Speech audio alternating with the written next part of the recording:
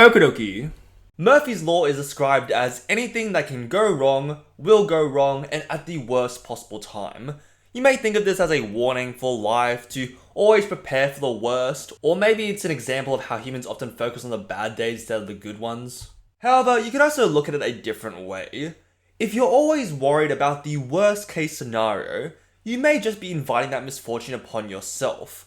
That was my thought process for most of Beau is Afraid, the newest movie to come out from Ari Aster, the man behind Hereditary and Midsommar. Now, there is a lot packed into this movie, 3 hours of what on earth did I just watch, fed to you via a feeding tube straight to your brain. Honestly, I'm still processing this as I write, so hopefully this video will help collect a few of my thoughts about this movie. This is supposed to be a review after all. Beau is Afraid is about a man trying to visit his mother. That is a very basic synopsis that avoids all spoilers. Taking in everything I've already said, you can probably realize that the story isn't that simple. This movie wouldn't be 3 hours if Beau just got to his destination, no troubles at all. Unfortunately, stuff do go wrong. Actually, everything goes wrong. And while I'll be explaining small parts of the movie for context, nothing I say here could possibly take away the experience of watching Beau is Afraid for yourself, unless you are someone that wants to go in completely blind. Anyway, Beau is Afraid is about a man trying to visit his mother. It's been a while since he visited, and you can already understand from the therapy session at the beginning of the movie that Beau's relationship with his mother is complicated at best.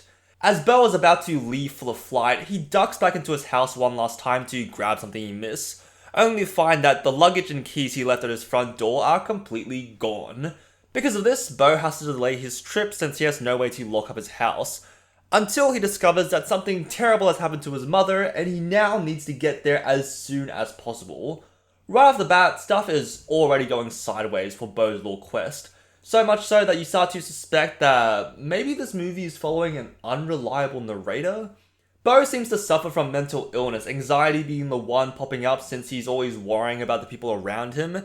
It's represented very clearly in the environment that is his neighborhood, with everyone seemingly projecting a stereotype of danger.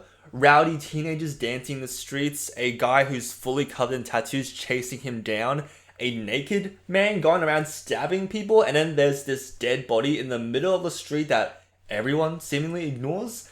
It makes you wonder how much of this is actually real and how much of it is Beau's mind blowing things out of proportion. There's this great scene that really exemplifies this feeling. Beau needs to run out to buy something from across the street, but with his keys stolen, his apartment door would just auto-lock behind him, so he places a phone book to keep the door from closing. As he's making his purchase, his card declines, so while he's watching his front door, desperately pulling out loose change, he notices that someone has seen the phone book. Unable to find enough money, he can only gaze helplessly as the entire street slowly walks into his apartment, removing the phone book to lock him out and proceeding to ransack his unit. It's scenes like this and many others that just fills both you and Beau with such terrible paranoia. Nothing really makes sense at first glance. Common sense is thrown out the window in favor of making you lose your mind, constantly worried that something else is about to go wrong. Nothing seems to be going your way. The people helping you are acting suspiciously. That guy outside the house keeps staring at you for some reason.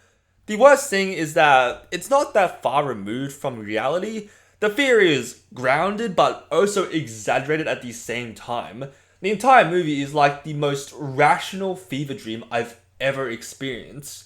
There's a section where Beau sits down to watch a play, and as he's immersed himself, he swaps places with the main actor and starts playing it out himself, which turns into this beautiful half-animated, half-prop design sequence that starts to warp as the main character of the play again comes in to sit down to watch his own play. It's very reminiscent of the Stanley Parable with how playfully it fucks with your mind. It's kind of funny when you remember one of Joaquin Phoenix's previous movies, The Joker, which also follows an unreliable narrator who is mentally unwell. Reality and imagination blending together to the point where maybe this is just a waking nightmare. However, as we get closer to the second half, I hesitate to even say now if Beau is actually the one that's unreliable here. Without saying too much, it feels like this entire movie has been emotionally manipulating our main character. Bo's therapist asks him if he feels bad about not visiting his mother in a while, and when Bo struggles to respond, he simply scribbles down the word guilty on his notepad. When Bo's keys get stolen, he calls his mother to tell her what happened and that he might miss his flight, and it's very clear that she doesn't believe him for some reason. The more Bo gets delayed, the more people start to shame him for actions that are out of his control. It's very clear that this movie is about someone with mental illness struggling to be understood by those around him, and it all seems to center around Bo's relationship with his mother. It seems like he's being controlled by the feeling of not wanting to disappoint anyone, especially her.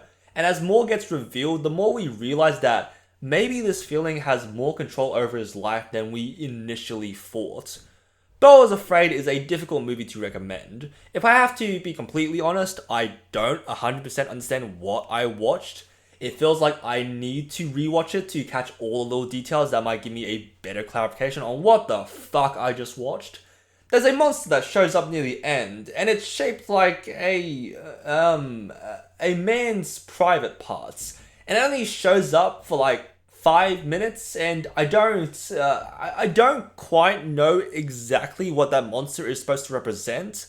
Like, I know they told me what the monster is, and I can make a guess, like, that's just how the monster looks in the eyes of a certain someone, but I don't know if that's just a surface level understanding, or maybe I'm thinking too much about this man's private parts.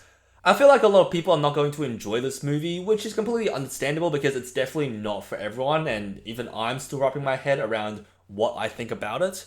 I lied when I said this was a review. This is just me dumping my brain onto a sheet of paper and trying to sort through the mess to create a coherent script. The only people I can recommend this to without worry is anyone that has already seen Hereditary and Midsommar, because I can already see very polarizing opinions on this movie. For everyone else, I would simply say you're either going to love it or hate it. No way around it. You should just go see it for yourself and let me know what you think. Thanks for watching. If you'd like me to have my head caved in by a chandelier, let me know in the comments below and tell me your thoughts while you're down there. Like and subscribe for more content. Let me know if there's something you'd like me to cover. I like to talk about anything that interests me. That's all I want to say. I hope you all have a good day.